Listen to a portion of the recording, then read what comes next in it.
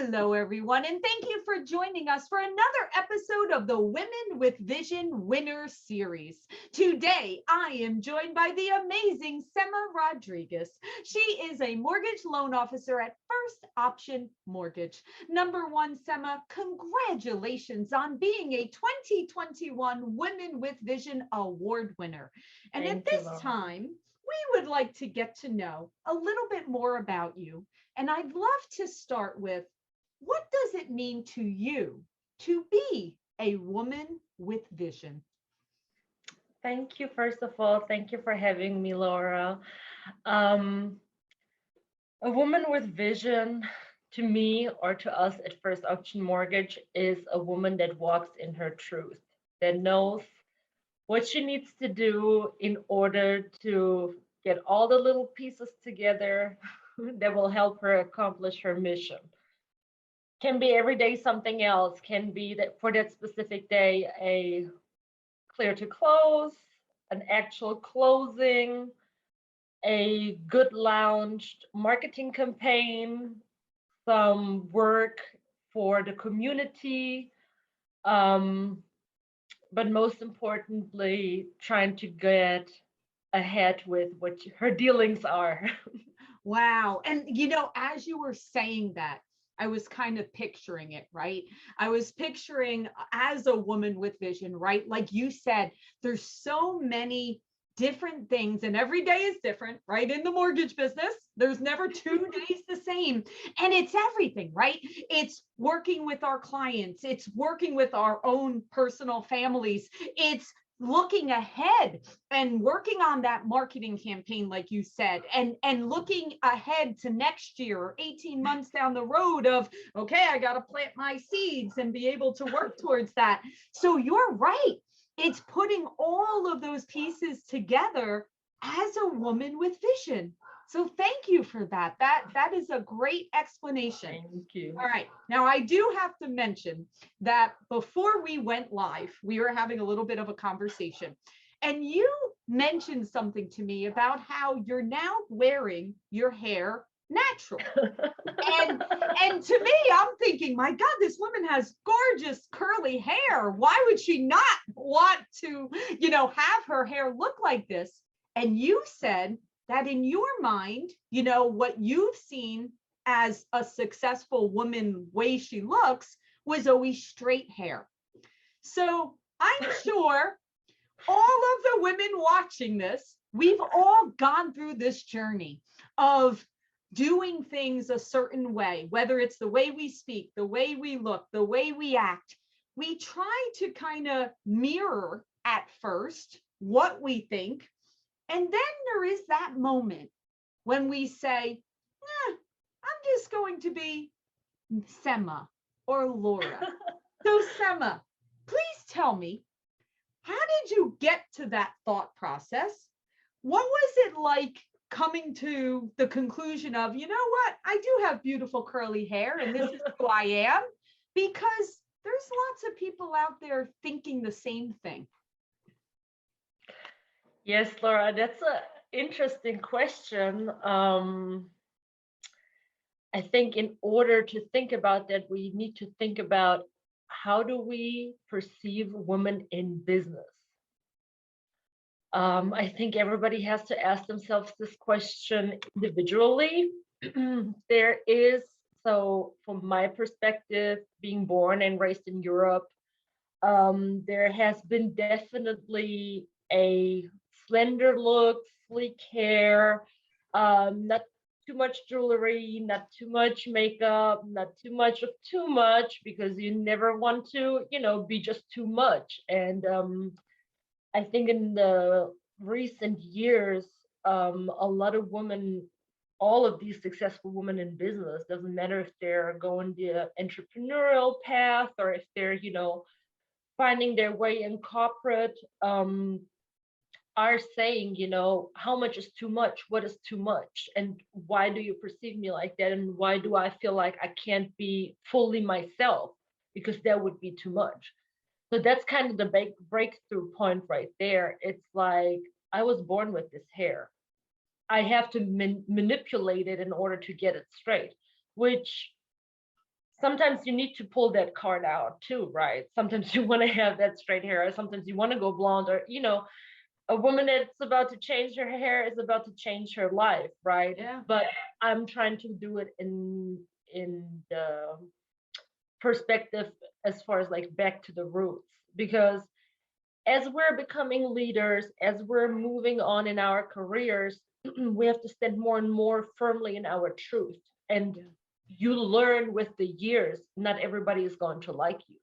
Everybody's going to perceive you differently. You can choose yourself in a way that you feel like you are the most compatible with everybody. But first of all, you lose edge.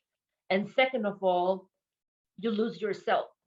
You get to find out not everybody is going to love you, not everybody is going to support you, not everybody is going to walk the path with you. We say women with vision. We got that vision for ourselves because there was nobody else for us to have a vision. And at this point, Laura, I mean, I think it's very important to say too. I know through several coaching sessions, through different panels that you've been on, that when you and like Christine came up, there was not even any type of outlet for any of this. I remember Christine, pretty much every female coach that I've seen speak that has earned to get there has basically shared that there were always fiascos with hair, makeup, and the way to dress. Yeah. But if you think about it, we get up as women in the morning and it's the first thing. It's like, oh God, what am I going to wear today? Where am I going? What, and even days before, right?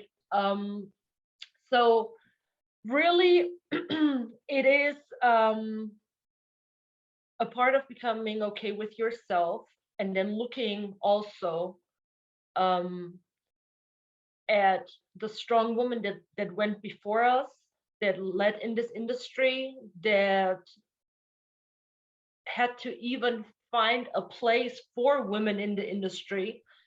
So now we're going through the last barriers. Well, And it's like, but think about it, Semah. You mentioned that you have a 6-year-old daughter, right? And I think about this sometimes, right? I think about that in the United States, women have only been able to vote for 100 years. That's it. 100 years, right? Before that, women how many were generations not, are that? right? Exactly. So Yeah. think about it. 100 years ago. So my grandmother, right? So my Yeah. grandmother got the right to vote, right? And then my mother went through the ERA, right? So they went through Equal Rights Amendment, right? And having the ability, I mean, my mother tells a story, which when I just think about it, it's crazy. But when my mother used to go for a job interview, when she was first married, they give her a pregnancy test. Swear to God, you had to take a pregnancy test before they would hire you because they wanted to make sure that you weren't going to have a baby and then just stop working. Is that crazy to think that's only one generation before me? My mother And then was I taking think that. before that, your husband had to sign off for you to Yes, actually to get work. a mortgage. That's correct. My mother couldn't get a loan on her own. Right. My right. husband, I mean, my father had to actually take out the mortgage. Yeah. Exactly. I had customers tell me that. I had people Yeah. tell me that. Yeah, that's the good side of the mortgage industry. So the other good side about that is like the earning potential we have in our job, the direct impact in the communities that we serve, that we have, is so huge. And you see more and more women in real estate making it big. It is just a blessing. I think that we are the generation that blows through those last barriers that were set there. So we honor those that came before us. Obviously, we get coaching from one generation right above us. Like I mentioned, all the 2020 coaches, all of the, and of course, men too, definitely. Of course. We're just speaking specifically about women now. And now, Laura, we're trying to figure out what we're going to do next with this. That is right. So yeah, what I'm telling you, Semah, what you shared, you said so many vital things, but the one thing that really kind of like hit me right between the eye was when you said you're not going to connect with every single person on in the earth. We are not meant as any human being to have a connection with everyone. So we have to stop trying to please and fit into the mold of everyone. And like you said, when we accept our truth of who we are, we shine. Like people can tell when we are feeling good, when we are feeling ourselves, when it is our truth, right? And then the way they react to your shining is basically the breakdown of how they feel about themselves. You'll just have to agree to that. I say sometimes jokingly, um, one day I'll be a coach for all the girls that want more, were always called too much, um, that are shining, because when you're truly happy with yourself, it doesn't face you what others think. No. That always is going to call up a reaction with the minimum percentage of people that can't stand you shining like that. But that's okay, because they can just go on their own way. That's natural selection, like you say. Um, the most important thing is just to stay down for the people that were there with you. I mean, Right. I started in the mortgage business at a depository. There was a lady, she made it against all odds to become the manager there, managed so amazingly. And she had seen something in me and planted a seed in me and brought me up with her. Okay. So that the part of paying it forward is so huge, Yeah. because if you do every single day the right thing, to the best of your ability, you put that good every single day a little bit out, that way you create everything beautiful around you, and it will come back automatically. You're not planting it with that intention, you're planting it with the intention of beautifying everything around you. That's your attitude, that's your aura, that's what you exhale around you, because that's how you want to be perceived. People want to perceive you like that. If they don't match you on that level, if you are able to hold that vibration and cultivate that, then you will see that everything works out, because our business is heavily, heavily reliant on relationships. It is. That's why this is so vital. So you're that one good particle, you're that positive ion that can attract the negative one, make it positive or whatever. That's But right. like cultivating that energy and holding that frequency is like so vital, because people do business with people. That's right. People don't do business with companies. Nope. They want to see if you can bring that, if you can match that energy. Okay. And that way also you have meaningful partnerships with everybody working the same pace or the same style. That goes hand in hand. So That's right. we So as the moral salespeople, of that, yeah, is not to try to fit into other people's perceptions or even their negativity or right, a vibration that doesn't fit yours.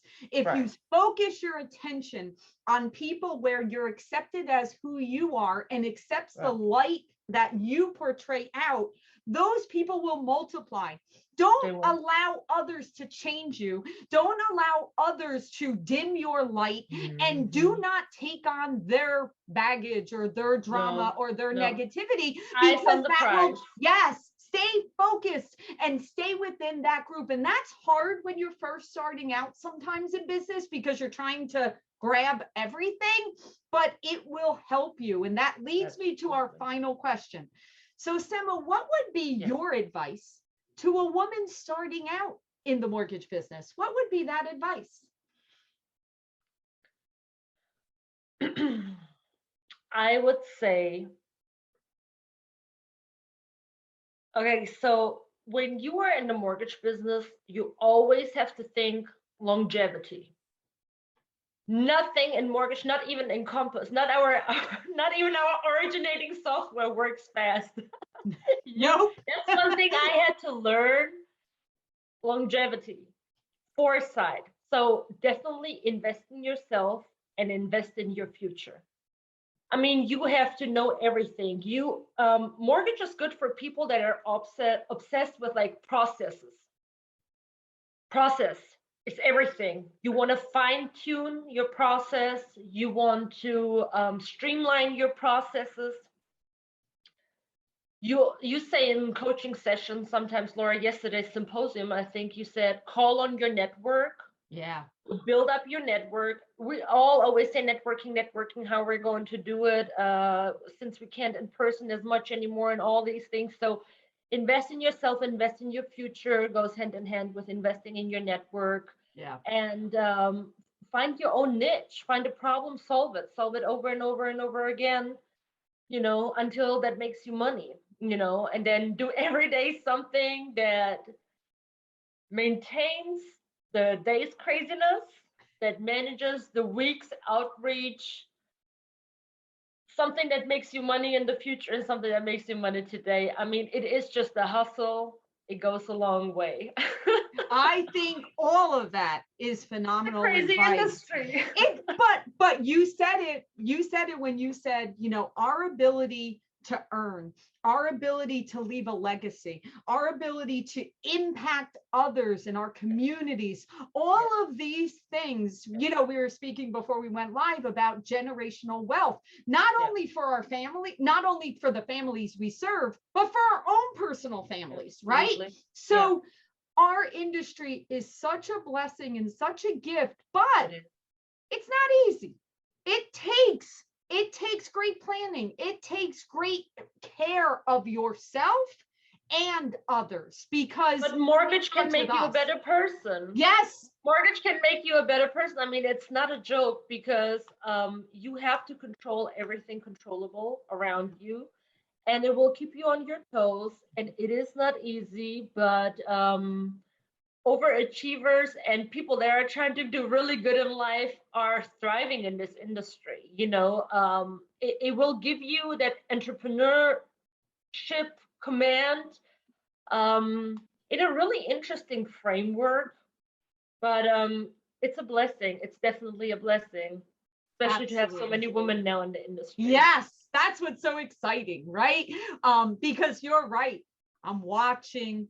I love celebrating the women. I love supporting, and I feel like all the women in the industry are like all my daughters, right? I feel like I'm like watching all. You brought of a lot of them up. We appreciate you. and I'm going to continue to always, be there to celebrate and support. Thank you, Laura. And I will tell you, Semah, even this, thank you for saying yes to sharing your story, your insights, all of this, because you've heard me say it before.